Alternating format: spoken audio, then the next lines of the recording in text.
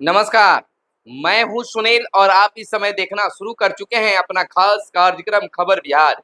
खबर बिहार में बातें करते हैं बिहार की, खबरें होती है बिहार की। बिहार की खबरों के साथ साथ देश दुनिया में क्या कुछ चल रहा है तमाम खबरों से हम आपको कराते हैं अपडेट।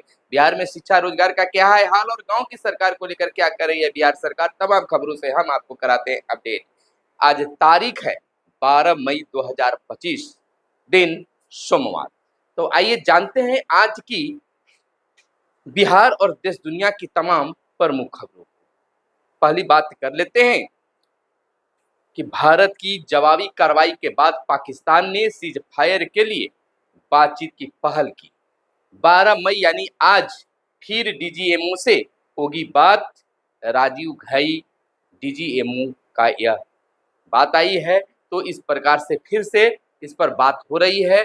अगली खबर हम आपको बता दें कि सड़कों और मेट्रो परियोजना का बिहार के मुख्यमंत्री नीतीश कुमार ने लिया जायजा।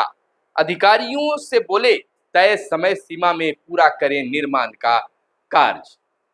केंद्रीय मंत्री जीतनराम मांझी ने ऑपरेशन सिंदूर पर गया में कहा, भारत की सेना में इतना शौर्य है कि उन्होंने 2-3 दिन में ही पाकिस्तान को सबक सिखा दिया। वहीं एक बार फिर बिहार आएंगे पीएम मोदी, रोहतास के विक्रमगंज में होगी जनसभा। भारतीय वायुसेना का बड़ा बयान, ऑपरेशन सिंदूर अभी भी जारी है। इधर राहुल गांधी ने पीएम मोदी को लिखा पत्र, संसद का स्पेशल सत्र बुलाने की मांग। वहीं ऑपरेशन सिंदूर पर पवन सिंह का देशभक्ति गाना हुआ रिलीज। भारतीय सेना की वीरता को किया सलाम, पाकिस्तान को खूब सुनाई खरी खोटी। वहीं पाकिस्तान द्वारा सीज फायर उल्लंघन पर केंद्रीय मंत्री गिरिराज सिंह ने कहा कि चाहे सीज फायर हो या युद्ध, भारत के सभी नागरिकों को भारतीय सेना और उनके शौर्य पर गर्व है। तो यह बड़ी बात उन्होंने कही है और होना भी चाहिए।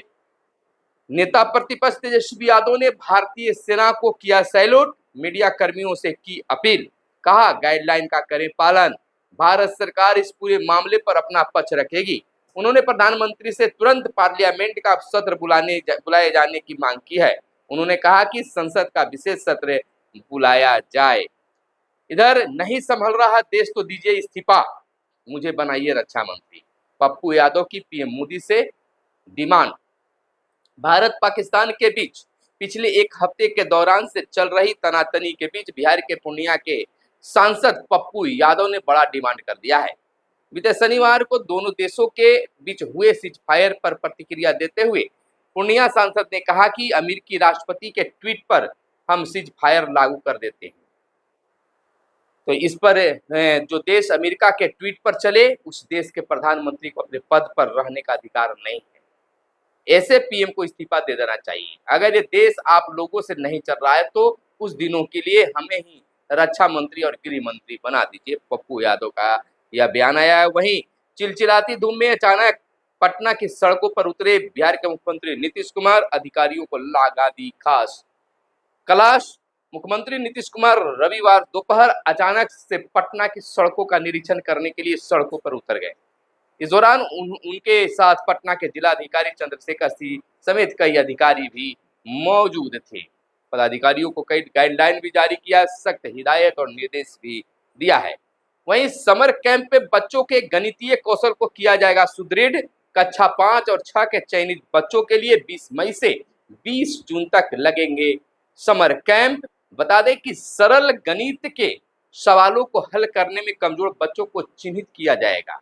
इन बच्चों को बुनियादी गणित को मजबूत करने के लिए 1 से 1.5 घंटे तक की कक्षाएं ली जाएगी। दरअसल शिक्षा विभाग की ओर से सरकारी स्कूलों की 5वीं और 6ठी कक्षा में पढ़ने वाले बच्चों के लिए गणितीय समर कैंप का आयोजन किया जाएगा, जो 20 मई से 20 जून तक 1 महीने के लिए समुदाय स्तर पर इसका संचालन किया जाएगा। कैंप शिक्षा विभाग की ओर से प्रथम संस्थान के सहयोग से लगेगा। इसका उद्देश्य बच्चों को गणितीय कौशल को सुदृढ़ करना है। तो यह शिक्षा विभाग के द्वारा बड़ी पहल की जा रही है। वहीं तैयारी है बिहार विधानसभा चुनाव में आम लोगों की भागीदारी बढ़ाने की होगी अब पहल। लोकसभा चुनाव की तर्ज पर बिहार विधानसभा चुनाव में भी दिव्यांग और 85 वर्ष से अधिक आयु के मतदाता घर से भी कर सकेंगे मतदान। राज्य और जिला स्तर पर इसे लेकर योजनाएं बनाई जाएगी। युवाओं को मतदान में हिस्सा लेने के लिए किया जाएगा प्रेरित। विभिन्न श्रेणी के अलग अलग सूची बनाकर आयोग द्वारा करेगा जागरूकता का कार्य। जागरूकता अभियान में समाज के प्रतिष्ठित लोगों को भी जोड़ा जाएगा।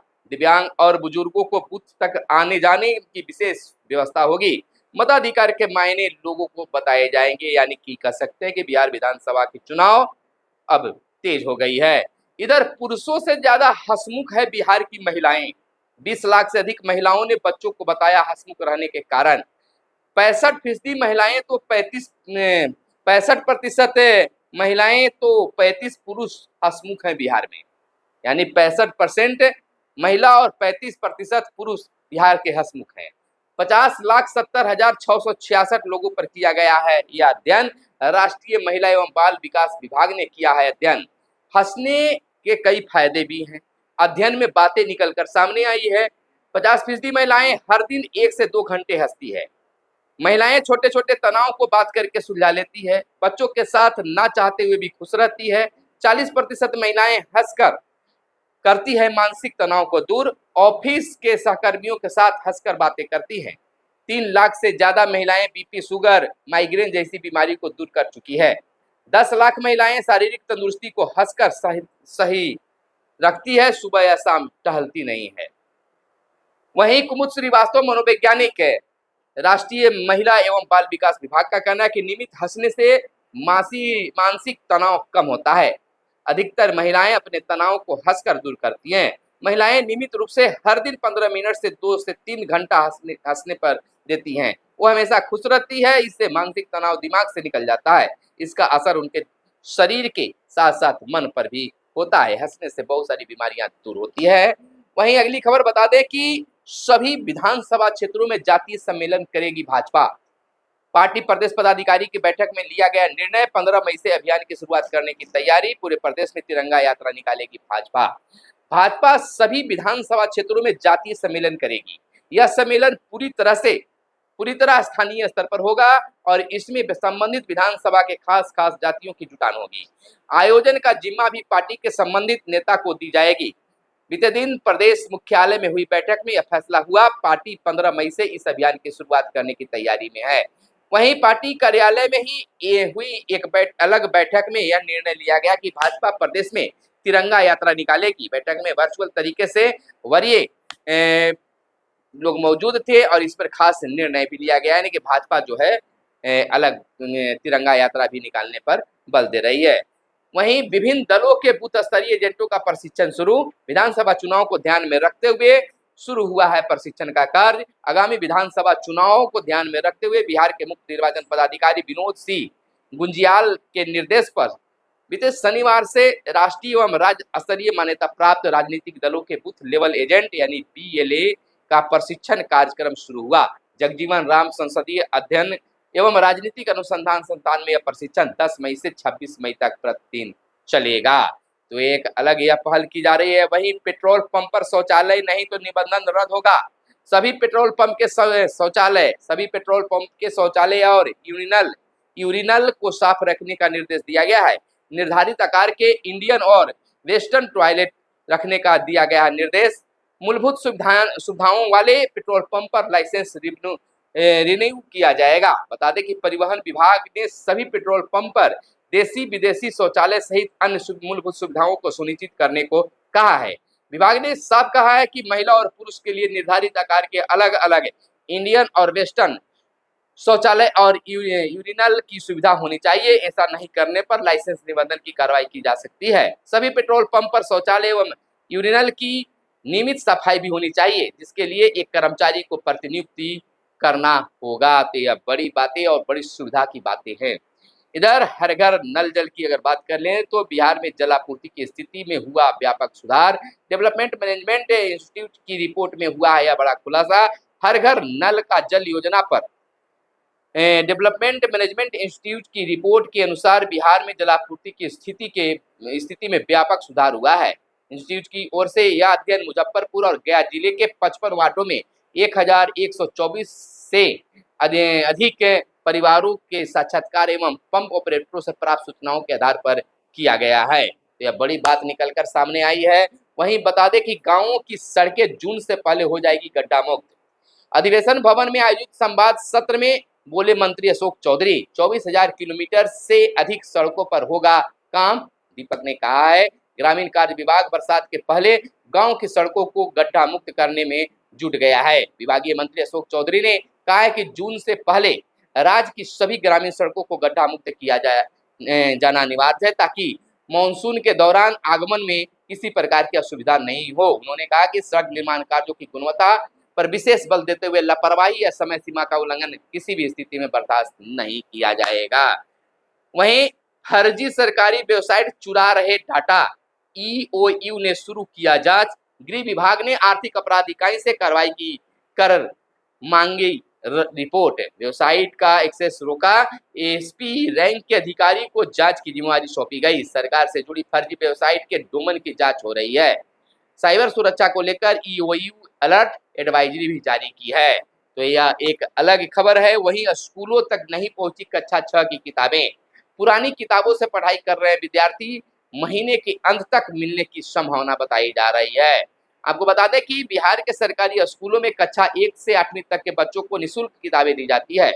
पटना जिले के स्कूलों में कक्षा 1, 2, 3, 4, 5, 7 और 8वीं की 70% नई पुस्तकें बच्चों को उपलब्ध करा दी गई है। लेकिन अभी तक राज्य के स्कूलों में 6ठी कक्षा तक की किताबें नहीं उपलब्ध हुई है, जिससे विद्यार्थियों को, शिक्षकों को भी पढ़ाने में असुविधा हो रही है। इधर छात्रों का ड्रॉप आउट रोकने को हर माह होगी पेरेंट्स मीटिंग। श्रम संसाधन विभाग ने आईटीआई से ड्रॉप आउट रोकने की बनी नीति। संस्थान के प्राचार्य और अनुदेशक अभिभावकों के साथ करेंगे बैठक। उपस्थिति, प्रशिक्षण संबंधी प्रगति के बारे में अभिभावकों को दी जाएगी जानकारी। नामांकित विद्यार्थियों में 15 से 20% आ रहे हैं ड्रॉप आउट के मामले, तो इसमें भी शिक्षा विभाग अलग सुधार करने जा रही है। वहीं आपको बता दें प्रखंड व जिला स्तर पर आंख जांच कर मरीजों को मिलेगा चश्मे। आपको बता दें कि प्रदेश में प्रखंड एवं जिला स्तर पर नेत्र जांच कर लोगों को लाखों मरीजों को फ्री चश्मा देने की व्यवस्था की गई है। जल्द ही सरकार की ओर से इसका शुभारंभ कर लाखों मरीजों की चश्मा दिया जाएगा। तो यह एक बड़ी पहल होगी बिहार सरकार के द्वारा। वहीं बिहार में मानसून समय से पूर्व दे सकता है दस्तक है। आईएमडी ने मानसून के 27 मई को केरल पहुंचने की भी संभावना जताई है। बिहार में 13 से 15 जून के बीच मानसून करता है प्रवेश। 2024 में प्रदेश में 20 जून को मानसून किया था प्रवेश। 2021 के बाद बिहार में नहीं हुई है सामान्य से अधिक बारिश, यह भी देखी गई है। इस बार मानसून समय से 4 दिन पूर्व दस्तक दे सकता है। भारतीय मौसम विज्ञान विभाग के अनुमान के अनुसार दक्षिण पश्चिम मानसून के 27 मई को केरल पहुंचने के आसार हैं। आमतौर पर मानसून 1 जून को केरल के रास्ते देश में प्रवेश करता है। केरल में पहले मानसून आने से उम्मीद जताई जा रही है कि बिहार में भी यह समय से पहले प्रवेश करेगा। मौसम विभाग के अनुसार बिहार में मानसून प्रवेश की संभावित तिथि 13 से 15 जून है। पिछले वर्ष बिहार में 5 दिनों की देरी से 20 जून को मानसून था। सामान्य से 20% कम बारिश हुई थी। वहीं 2023 में मानसून समय से 1 दिन पहले 12 जून को प्रवेश किया था। इस बार देखिए क्या स्थिति बनती है, लेकिन लोगों को मानसून का इंतजार रहता है। वहीं सुविधा है 75 वार्डों में 200 डिलक्स शौचालय बनेंगे। सशक्त अस्थायी समिति की बैठक में हुआ निर्णय। दैनिक सफाई कर्मियों का मानदेय बढ़ा। 4,300 कर्मियों को बढ़े वेतन का मिलेगा फायदा। 152 वाहन खरीदेगा नगर निगम कचरा उठाव के लिए। तो यह बड़ी प्लानिंग है, बड़ी बात है। तो यह थी आज की खास प्रमुख खबरें जो आपके लिए काम की खबरें हो सकती है। मिलते हैं अगले वीडियो में, तब तक के लिए दीजिए इजाजत। जय हिंद, जय भारत, वंदे मातरम।